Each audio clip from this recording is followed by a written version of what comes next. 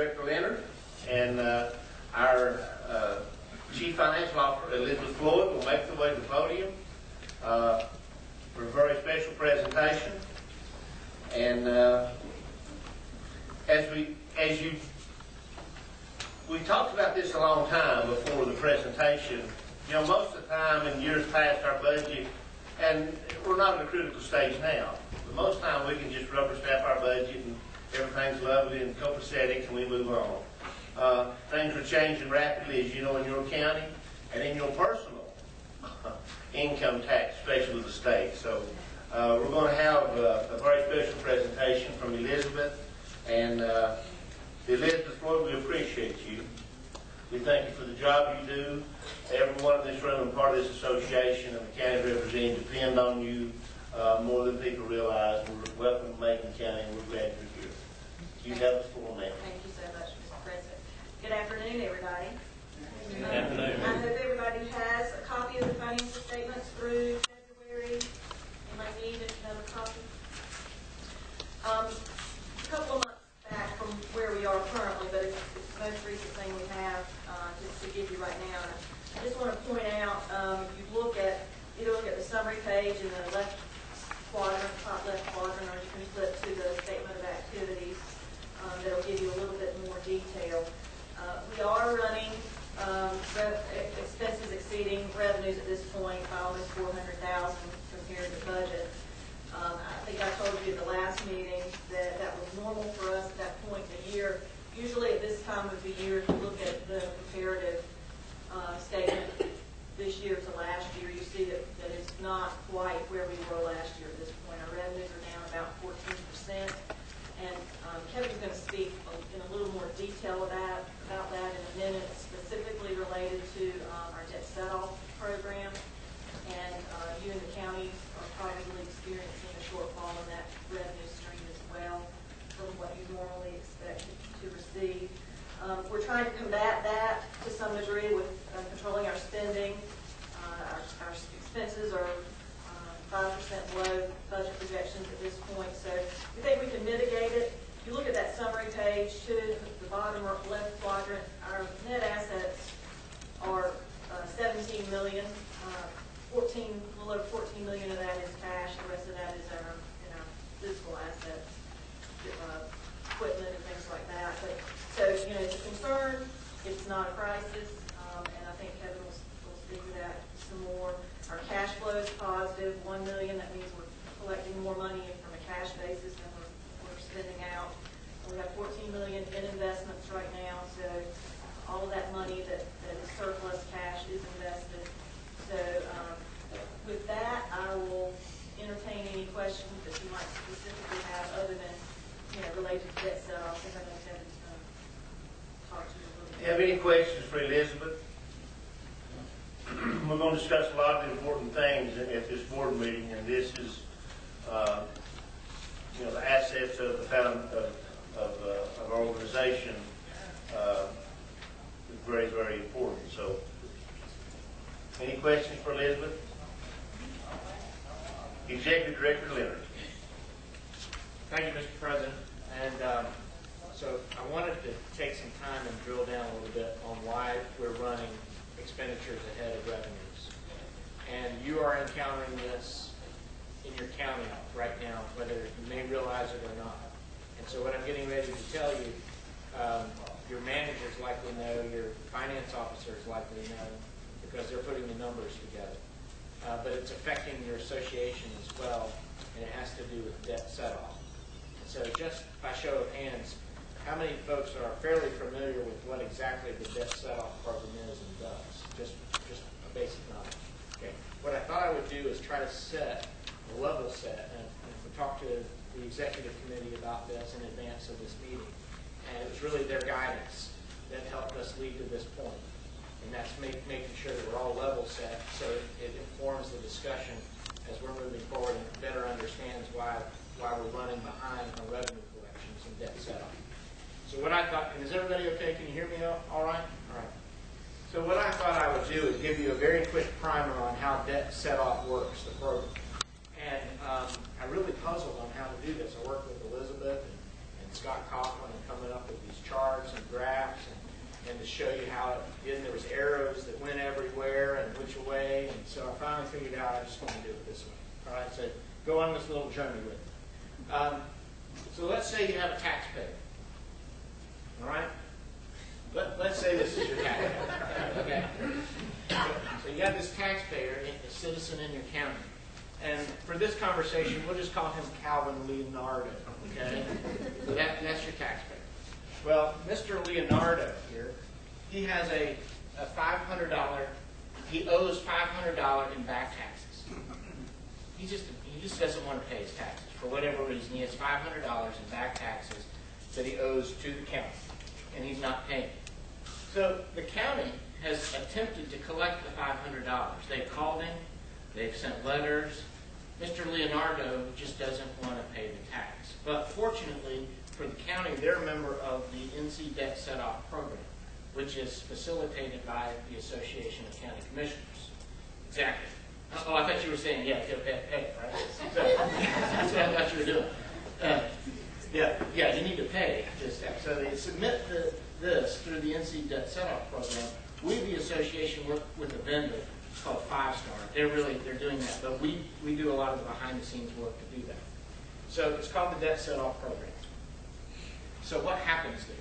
Well, at the Debt Set-Off Program, that information goes into that database.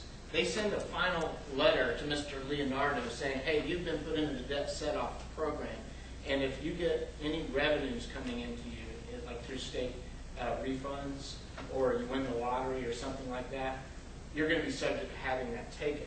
If that information is also sent to the Department of Revenue, and it puts in a database there. So it's just kind of there waiting. And then, well, Mr. Leonardo this year gets a state tax refund of $1,000. He's pretty happy about that. Yay, $1,000 refund check. Or let's say he wins the lottery.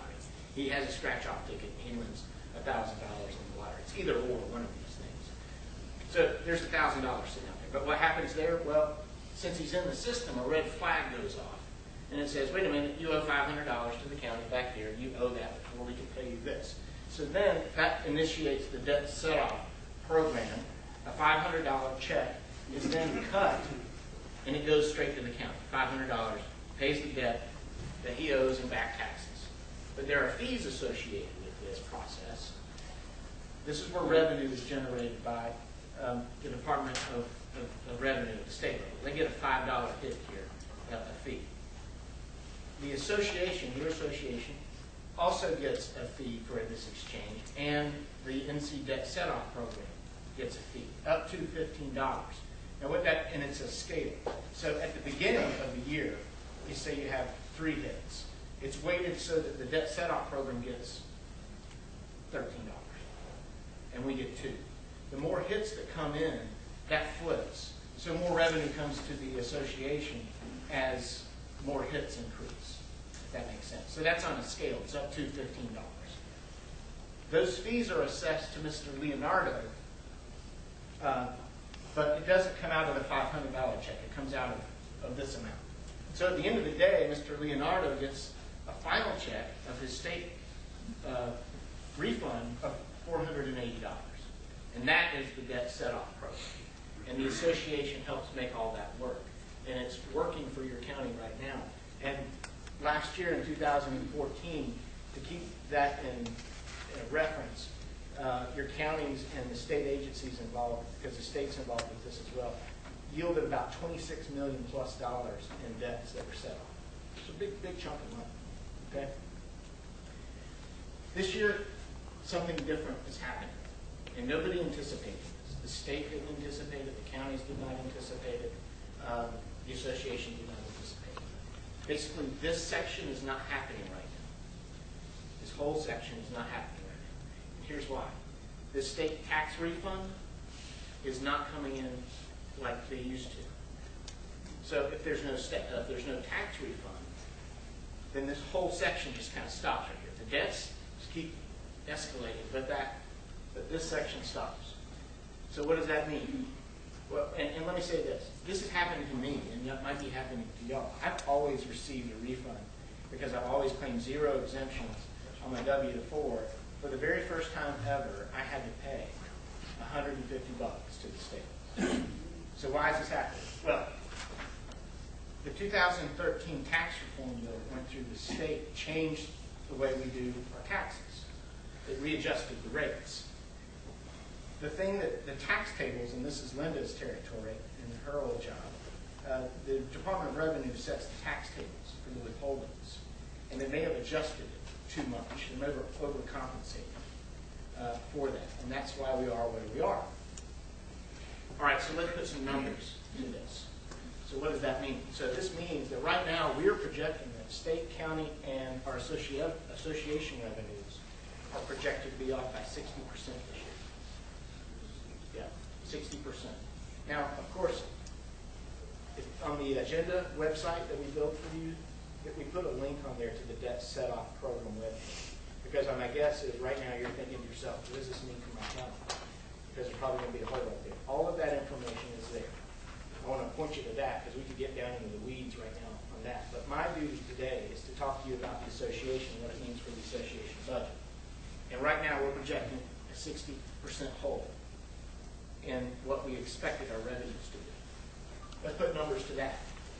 So last year, at this time, overall we had approximately 150,000 hits, successful hits. So that means 150,000 debts were set off. Right now, and right, let's see, we're talking about right here, so 80, 90,000 hits at this moment, we're about 50,000. Okay, so in money coming in the county, in the agency, so the state, this is where we were last year, April, probably about, what was that, 15, 16,000, or million? We're right here, probably 19. We're at 9, so we're down 10 million. So here we are. This is the revenue comparisons for your association right now, where we are. So revenues compared in blue to 2014 to 2015. There's the gap. That's why we have a little concern about where we are on debt set-off and collections. As Elizabeth said to you, this is not a crisis. We're concerned about it, but we're adjusting for it. The reason it's not a crisis is because we've got Elizabeth Floyd. Okay. Also, we have our fund balances are all topped out because of the great work that the Fund Balance Committee did a couple of years ago. We have a contingency fund for this very contingency, and we'll probably likely use it in the next budget cycle. My intent in describing this to you today, and there's no action, Mr. President, today. This is information, but it's going to impact what we bring forward to you as a budget proposal in June. We've already taken steps to have meetings with the senior management team to ratchet down what our spending is now, basically curtail current level spending, make sure we're aware of that issue, and then we're going to take the steps necessary going forward into the next budget cycle to mitigate, as Elizabeth said, any impacts. Again, it's not a crisis, but it is something that we need to be aware of, and it was something that no one anticipated. The state's down exactly the same. The Assembly is not going to come back and change tax reform, I'll tell you. I don't anticipate them to do that. We've had some preliminary conversations about the thought process of going to the State Revenue Department to talk about the tax table and whether to adjust those. However, I don't know if they'll do that or not. There might be enough pushback from all of us in the room or all those people in the room who didn't get a tax refund because their rates were not adjusted. So it's kind of up in the air at the moment on that moving forward. But Mr. President, that's I'm happy to take any questions, Elizabeth and I are, but we wanted to raise this to your attention because we need to. It's a duty that we have, and we need to make sure we're aware. Yes, sir. Is it logical to assume that over time they'll right itself and that it will be adjusted and that income will come back? It may be preliminary to understand whether it's going to. Michael has been in these conversations. People probably are likely not going to adjust themselves. If they're already at zero, they're not going to say, well, here, taking $100 more out of my paycheck to put those taxes in. My guess is they're not going to do that. So the only way to adjust that is to do the conversations with the revenue department. As you can see, board, this is a very big deal. If you've got seniors in your county, if they've not called you yet, they are about to call you. They've already been called in most counties, as they have in this county. They're having to pay taxes for the first time in many, many, many years. That's just one set, but it affects, as you can see on the chart. And please go on the website, look up your county if you're in the program, the debt set-off program, and you can see, because your finance director, if you've not had your budget workshops yet, you will find out when you have your workshops with your finance director and or your county manager that this could leave a hole in your budget. So it's very important. There's no action to be taken, but this is another important item that, thanks to your one that they say, well, why didn't you catch this? We probably tried it before anybody. We really did, and that's thanks to Elizabeth Floyd and her staff. And so there will be adjustments made. We thank goodness that because of a great committee by some folks in this room that Kevin's talking about, we do have a contingency fund to take care of this, because this could be devastating to more counties than just one. So some real concern, and maybe it will right itself, or maybe we'll have to write them. We don't know. We'll try both ways. Kevin, I've got a question. I think what we're seeing in some parts of the West is once your unemployment goes down, because this thing started back in 2008, 2009, when the economy had a crash or whatever. But what we're beginning to realize, once your unemployment comes down, it puts more of those people to work. And I understand, because I hear this in my business all the time about the lottery. The way the lottery's run, excess, more administration and everything else. But I think once, that's just like in our county. Our county was up last month. It was like 4.2%. And if you are, qualified or pre-qualified for a job, and there's definitely a lot more of that. And not only the West, but in the whole state. And I think that's, that's the way we're trying to look at it whenever we start because we started our preliminary budget back in January. So that's something we haven't contemplated. We're looking at. Well, we thought that at one time when the economy was so bad that the debt style program would be effective with people out of work. Not working, you won't have an income tax refund because you don't need to pay taxes. But that didn't seem to happen. The money increased not only at the county level, but overall it increased from year to year. We've never seen a downtick in debts until this year. This program started in 2000, so we're back to like 2007, 2008 levels. And we thought maybe tax would have an impact, but that didn't have an impact either. It still continued to grow. So this was truly something nobody expected, even like Kevin said, in the state. Ms. Bailey. I just wanted to ask a question. What does the state have to say about this? Do they just leave me alone and not things? Are you talking, if I may clarify, so are they about adjusting the tax? I actually haven't heard as much. I think Lonnie might be right. We might be a little bit ahead of the state. They might be realizing this at the same time. And so we've had internal discussions in our office about whether or not the state agencies might start to weigh in on the Department of Revenue and ask them to adjust the tables or not. So we haven't been hearing a lot of it at all in the state. Yeah, certainly the section that deals with debt set-off is aware of it, and they're feeling the effects of it. But to the extent how they've communicated that up the chain, I'm not sure. And I don't know that they know the real impact yet of what it's going to be. Any more questions before we move on? Yes, sir. Is there a priority to who collects first, the state or local government? There is a priority, and it's based on who gets the debt into the system first. And we've seen the record number of debts largest it's ever been. It's just, the debts are out there, there's no money to offset it. So yeah, first come, first served. Mr. President, I want to go back to Commissioner Ward's comment. This isn't something that we probably want to raise at the General Assembly at this time.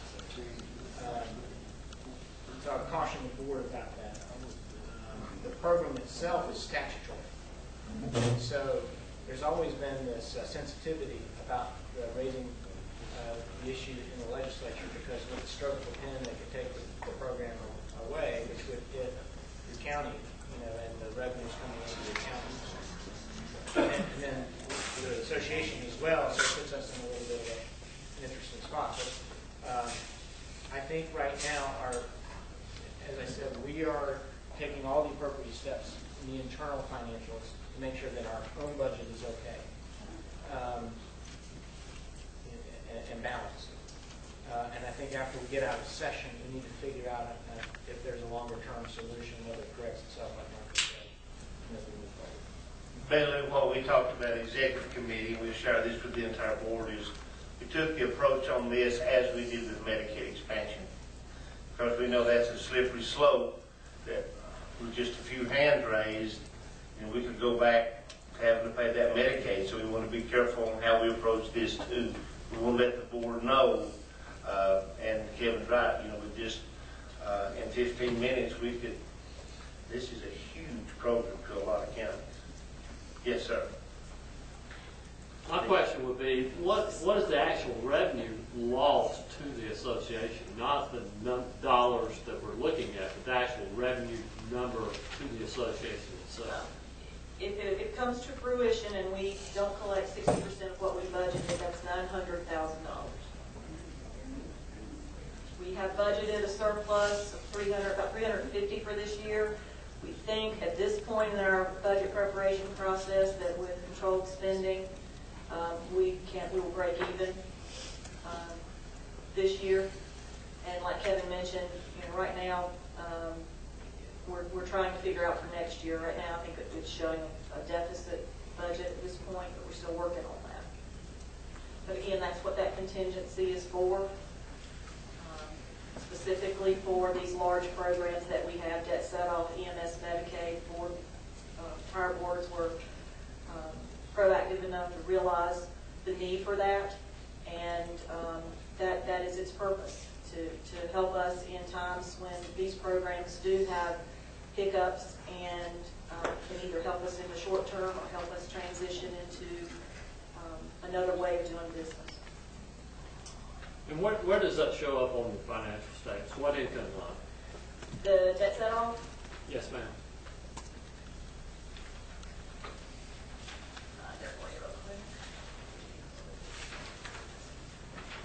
And it's under the endorsement. So it's budgeted $2.8 million overall. 1.5 of that is debt set-off. $1 million is the EMS Medicaid reimbursement, and the rest are smaller endorsements. And it's normally a timing issue for debt set-off. It's tied to income tax refunds, so you don't start seeing revenues until January, February. But if you look at those statements compared to the prior year, it's down. And at least through this point, we got a set-off yesterday that looks like we're going to get another $75,000. That'll put us right under $600,000 compared to 1.5 total. And it's going to dwindle from here because most of your tax returns have been filed and refunds are being paid now. Again. Yes, ma'am. Ms. Ellen. Kevin, have we alerted the county managers and tax administrators across the state? Yes, ma'am. We have a document called the Fearless Forecast that goes out annually around this time to help in budget preparations, and it is one of the top bullet points in that document to make them aware that this should be, on the radar screen and they should be looking at. Well, on behalf of the board and the executive committee, and Elizabeth, thank you. We are ahead of the stream in Raleigh, which is not a surprise to nobody. So thank you so much, and it's a heads up for our counties. I know we have some other items under finance, so we need to move on. The next item in your packet is the proposed institutional value fee. You have a agenda memo on that. That is the fee that we, the association, charge to the risk management insurance programs for the use of the association's name and reputation. We bring this to you today for action because they will need to approve their budget before you guys meet in June. So we are proposing to you to request that the institutional value fee be raised by the trailing rate of inflation. The number in your agenda memo is incorrect. $111,600. $111,600. And that is what we put forward for you today. Does everybody have that and how to understand what Elizabeth is asking for? If so, we would require a motion to approve the 2015-16 institutional value fees as recommended. Do we have a second? Seconded. Motion been made and seconded. We approve the 2015-16 institutional value fees as recommended. Any further discussion? If not, all in favor say aye. Aye. Any opposed? Thank you so much. We have one more item. Thank you, Mr. President. Final item for action is to make a recommendation to the board for the 2015-16 dues. This is an annual action by the board. We do it in April because your counties are in the process of putting your budgets together and they need this number. We sure hope that Pam will go. And I appreciate your comments earlier. Thank you. Yep. Our recommendation, we put three options up here for you, and I'll describe them quickly, but I will go ahead and tell you what the recommendation is. And the recommendation is to keep the dues flat. And when I say that, I need to explain it a little further, because when we keep it flat, that means that it's adjusted on population rates.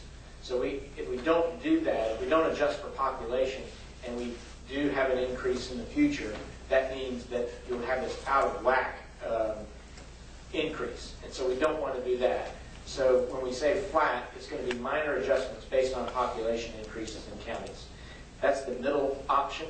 And what that means monetarily for the association is that it will increase the amount of revenues coming into the association by $29,554.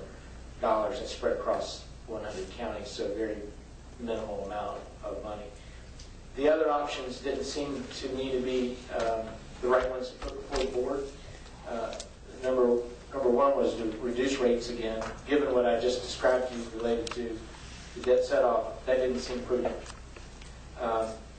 Nor did raising revenues in this time, given all the discussion that's going on around the state that we have. Plus, we're in pretty good financial shape, given even the debt set-off. So therefore, Mr. President, the recommendation that I put before the board today is to keep revenues, membership dues flat, and that would be the middle option. Elizabeth and I are happy to take questions.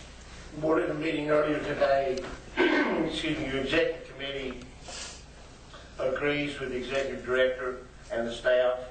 So at this time, I would entertain a motion that we keep our membership dues flat as proposed. Motion been made and seconded that we keep our member. I've got a question on the motion. Motion been made and seconded to keep our member dues flat as proposed. Any further conversation? Yes, sir. Kevin, that is 100% participation in the counties, right? Yes, sir. 100%. So, thank you, Ann, for standing in the gap for us. We appreciate it. That's right. Any other discussion? If not, all in favor say aye. Aye. Any opposed? Thank you so much. So, is that all, Elizabeth? You have one more thing? I was going to say something, and maybe this will help Commissioner Holden. You know, there's a lot of benefits to being a member of the association. The dues are just a small part of what our budget is, about 13%. But, you know, I don't know what your specific county is. We'd have to look it up and mention. But, not a lot of money, but the benefits that counties get from being part of this association, not only from its advocacy efforts, but from the programs that we offer, the amount of money that you truly generated by the debt set-off program is phenomenal. It's $181 million to all counties since it began. And then those who have participate in the EMS Medicaid program, that's a huge amount of money back to counties as well. If you're not a member of the association, you can't participate in these programs, and you would be losing a whole lot more than just the advocacy piece. And you already mentioned, Commissioner Holton, about being a member of our risk management pool, and that's another huge advantage of being a member of the association. So I just wanted to point that out. Thank you, Elizabeth. Mr. President, one final comment, just to report to you that the action that the board took in October of 2014 on the fund balance question was initiated, and checks have been sent out to our members to refund counties' dues, not dues, excuse me, dividend statement. So those went out several weeks ago under a letter by Ronnie to the chairman of every county in the state, and I just wanted to report that that's been taken care of. Thank you. Hope you receive your check. Check's in the mail, or I'll bring your bottle back. Some other thing. Okay. We're going to move on, as you know.